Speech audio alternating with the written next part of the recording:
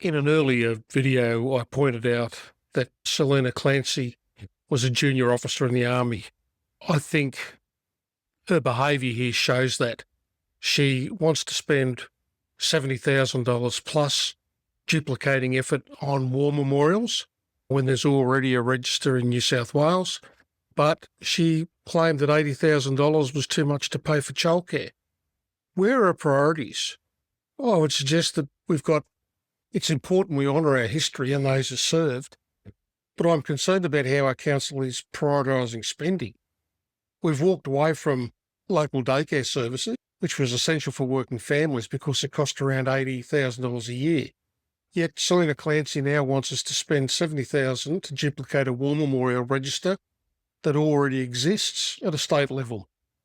Selena, the same council supported both decisions. If $80,000 was too much to help young families, how is $70,000 justified for duplicating the work that's already been done? This isn't about disrespecting our veterans, quite the opposite. True respect includes making wise, community-minded decisions. Let's now move to the notice of motion, CL 25-161, Shoalhaven War Memorials. Councillor Clancy. Mr Chair. First of all, I'd like to begin by thanking Mr Chris George for his comprehensive deputation tonight. Chris has highlighted critical gaps in how we preserve and honour our war memorials, particularly the Wall of Remembrance, recording 50 RAF, RN and Army casualties from World War II. I'd also like to point out that when this was discovered, it was discovered in quite a derelict state. Chris's research has revealed significant issues, including the unregistered RAF 107 Squadron Memorial on Island Point Road, questions about the Court of Remembrance dedication status, and the concerning exclusion of some fallen personnel from appropriate recognition due to policy interpretations about single service memorials. My notice of motion seeks to address these challenges collaboratively. We have an opportunity here to improve our approach through establishing a comprehensive memorial register, clearer engagement protocols, and more consistent processes. While we've successfully secured $60,000 in funding over the last 3 years, there are opportunities to strengthen coordination between Council, RSL and other stakeholders, including clearer communication pathways that would benefit everybody involved. Our Shoalhaven military heritage is remarkable. World War II, several thousand personnel undertook some of the most hazardous aviation operations, including torpedo strikes and aircraft carrier operations. Many made the ultimate sacrifice, and this unique history deserves proper recognition and preservation. Timing is critical. We need to establish these foundations during our term of council so that the next council is well positioned to progress our memorials effectively. Some RSL sub-branches may wish to expand memorials to include contemporary conflicts like Afghanistan and Iraq, and we have the Nowra Memorial's 100-year anniversary approaching in about 5 years' time. It needs to be ready to be celebrated and it needs to be appropriately maintained. I have, on reflection, had a look at the recommendations, and I do have an amendment that I'd like to put forward. If I do that now, or do I wait? Okay. Yes, you do it now. Given the complexity and potential budget implications that we can't determine this evening, I'd like to move that points 2, 4 and 5 be referred to staff for a briefing. We need detailed analysis and costing on those points. Point 3, I would like an immediate assessment of our critical memorials, and we should action that because it doesn't require any fiscal contribution. So 3 to remain as is? Yep. Point 6, establishing the advisory committee. We should action that separately, but that should be done as soon as possible, and that will provide expert guidance on our memorial management. Yep. And in conclusion, this balanced approach ensures that we act immediately where we can while properly preparing for the comprehensive reforms needed to honour our fallen appropriately and position us for future memorial developments. So again, why the urgency? Selena's a returned military person and I respect the service, but really, is this the priority for the city when we're bust? I'm pretty sure that our soldiers, and I've got fallen soldiers in my family, I'm sure that what they would want and what they fought for was the future for our children. So our children should take priority over commemorating war dead, in my personal opinion, based on my family history. So Selena here is talking about almost low cost. To establish a committee, which is going to be picked up shortly, is very expensive. We're also about to hear that having somebody do this work will be $70,000. So we're probably looking in the vicinity of what she's putting up to be over $100,000, $120,000. This register already exists in New South Wales. Even though we have 6% of our population either return servicemen or active servicemen, is this really where we want to spend our money?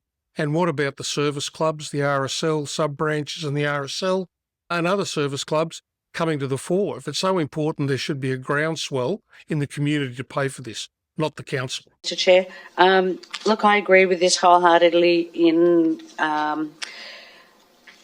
principle. However, I would like to know a cost. I'm glad to hear that Councillor Clancy just said on 245 to staff for costing analysis, but I'd like to get a good indication of the costing.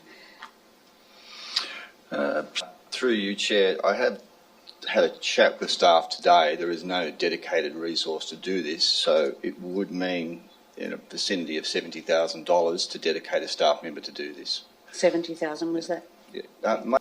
Yeah, it's just that I've noticed that the sub-branches can only apply for the grants and that's their responsibility. So I understand they're getting 60,000 in funding, and I'd just like to know that how that will work. Does that mean that we have to give 60,000 to proceed? Through you, Chair, that's a great question, councillors. I mean, this is typically not a local government responsibility.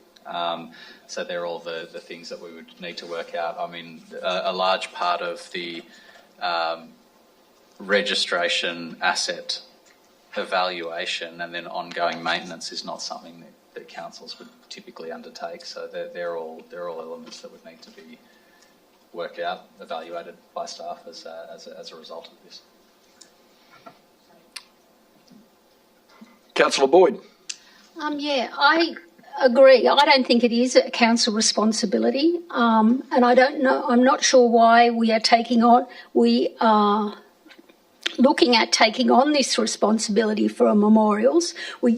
When we're divesting council is divesting of non-core services as it is and reviewing everything. I'm not sure why we're adding another non-core service to our list of service offerings.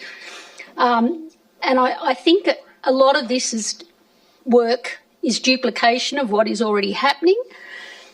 Council has a responsibility to ensure that memorials on council-owned land with council approval are maintained, but they don't have a responsibility for any other memorial. There is a New South Wales Memorial Register, which is a crowdsourced database, a bit like Wikipedia. The register makes it easy for individuals or organisations to add new memorials to the register and to update existing entries. So any organisation can, including council, can put memorials that are missing from the register, can go in, get a log-on ID and update information, add new information, add photos if they want to, and anyone can do that. Mr. George could go in and do it, seeing as he's done all that research into the different memorials around town. That is mediated by experienced people. historians, etc. So I would prefer that, I propose that council promote this register rather than developing their own register. It seems like a duplication of effort and money and everything. It already exists at a state level. And if people decide to register the memorial of concern and it's in a state of disrepair, and they decide restoration is needed, then they can apply for grants.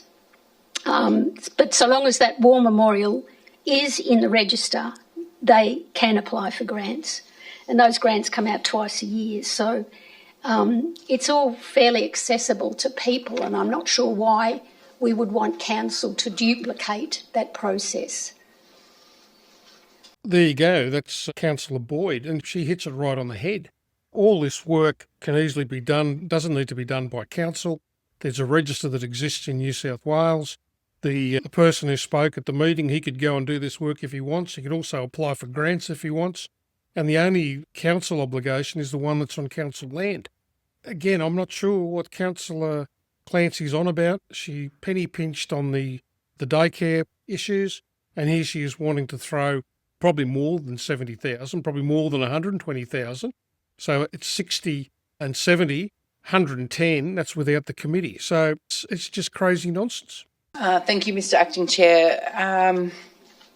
Look, I'm trying to wrap my head around what's in and what's out now with the proposed changes, and looking at what's in, take for example point 1C, that register, not only is everything put on the register, but it includes a condition assessment and maintenance requirement, which is quite detailed across the whole LGA, and I guess that's the staff point of, dedicating a resource to this and spending $60,000 to $70,000 on that, which is, I guess a bit concerning to commit to on the floor like this without really understanding all the implications. And then part 6, to set up the advisory committee, which is quite a detailed process in terms of, which we've just done for the housing, the housing task force isn't even a committee, but to go out to EOI for expressions of interest of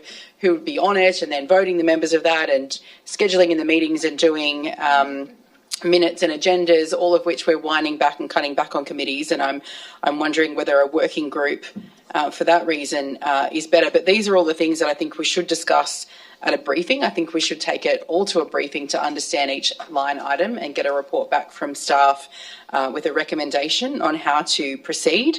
I accept that work needs to be done, but I don't want to sign us up to a $100,000 project right now when we've just cut Shoalhaven Family Daycare for the sake of $80,000 a year and 190 children, but we're going to sign us up to a project on the floor like this without really understanding the full implications. So I would prefer to see the whole thing come to a briefing, and rather than flicking through what parts are in and out now, and really understand from staff what we actually can do within the current resources, so that this isn't something that ends up being on the chopping block with the sustainability project going forward.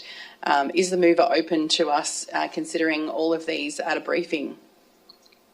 So should we take that as a foreshadowed motion? I'm asking if the mover would consider that you've already put certain parts out for a briefing. Can we get a briefing on all of these and a report back from staff? Councillor Clancy? No, I think it's appropriate that only to... You make up your own mind. It was clear that she was being spoken to. Councillor Clancy just pretended as if she wasn't speaking, the Councillor Tribe wasn't speaking. Councillor Tribe, as usual, makes perfect sense. We are committing almost $100,000, possibly more, to create a new committee. This is just ludicrous. Councillor Clancy, I think she's off with the fairies. I don't know what she does, what she thinks about, or how she does a business. But this is typical. Fire from the hip, no real logic behind it, and it's just terrible governance. Parts 2, 3 and 5 need to go to a briefing. Well, it was 2, 4 and 5 a second ago, but it's changed again. So in that case, can I formally move?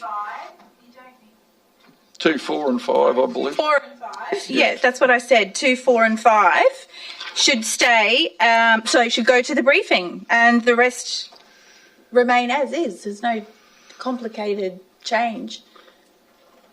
So it's not accepted then? No. We have a briefing on all of it. In that case, I do foreshadow that as an amended motion, foreshadow that motion that we take these recommendations to a briefing to understand the implications of each and get a recommendation from staff on how to move forward within the current budget. Sorry, that was really quick. Do you want me to?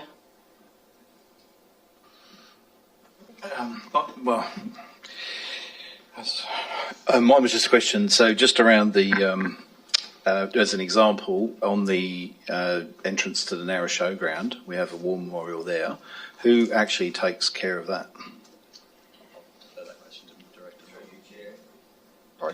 Council staff have recently taken care of that and sought grants to fix it, amend it. Thank you. So this notice of motion is pretty appropriate, and thank you. So Councillor Cox is in the bottom performers along with Clancy and Kemp. Almost a waste of space. Anyway, you can see here what he's trying to do. He's trying to suggest by some trickery, as if he's watching Perry Mason, that because council looks after one war memorial that's clearly on council land, they should look after all of them. These are attempts that SIG make to look like they're making some kind of justified point. When you look into it, it's just nonsense. Vote on the notice of motion presented by Councillor Clancy with the amendments, and we'll head to the machines now to vote on that. And should So, yes, I agree with Councillor Boyd in that, well, everything pretty much that you said, that is accessible, but it's only accessible if it's updated. And we don't know right now, as far as I'm aware, and I'm happy to be corrected, we don't have a comprehensive register of an updated war memorial, plaque and condition status across the Shoalhaven. We could write to the sub-branches, all 11 of the sub-branches, and ask them for information on their most recent audits and have that information come back to us. They would be a part of this working group, which I'm happy to move to change as well. So I agree, but it has to be, we have to have a baseline, and I don't think that we do have a baseline at the moment. We've heard from staff that there's no dedicated member in the council who can actually work on this as a project or work on this as a dedicated job. We're 5 years away from a 100-year anniversary of the memorial at the front of the showgrounds, and if we don't do this now, that's likely to miss out on continued maintenance. This has been left behind, and we need to start now auditing and looking at the status of all of our memorials. And yes, it's a big job, but we have to start now, otherwise it won't happen. And I'd also like to just, no, I'll refrain from saying what I was going to say. Thank you, Councillor Clancy. We'll now head to... My grandfather and all his brothers served in World War One. One was killed. So I have personal interest, I guess, in war memorials, but I have greater interest in the living. It was a long time ago. Given the choices, maybe they wouldn't have gone to that war, but who knows? Anyway, Councillor Clancy here, I think, speaks a lot of nonsense. She insists there's some urgency. There's no urgency. The memorial at the showground is in pretty good order. Why is it a council role? If it's on council land, it can be maintained. But what about the 11 sub-branches of the RSL? What about those who are interested in history? What about those who volunteer to keep an eye on these memorials? There's plenty of community interest there. It should be done in the community, particularly where there's already a register. $70,000 straight up, and possibly another 70 or more for a committee and whatever else for this very, in my mind, minor issue in the year 2025. Well, we have it is 6-all, and I'll use the casting vote to carry that through. So it is 7-6 for Councillor Clancy, Councillor Kemp, Councillor Kazmiri, Councillor Cox, Councillor Proudfoot and Councillor Wilkins. Against Councillor Dunn, Councillor Tribe, Councillor Norris, Councillor Boyd, Councillor Johnston and Councillor Christolitis.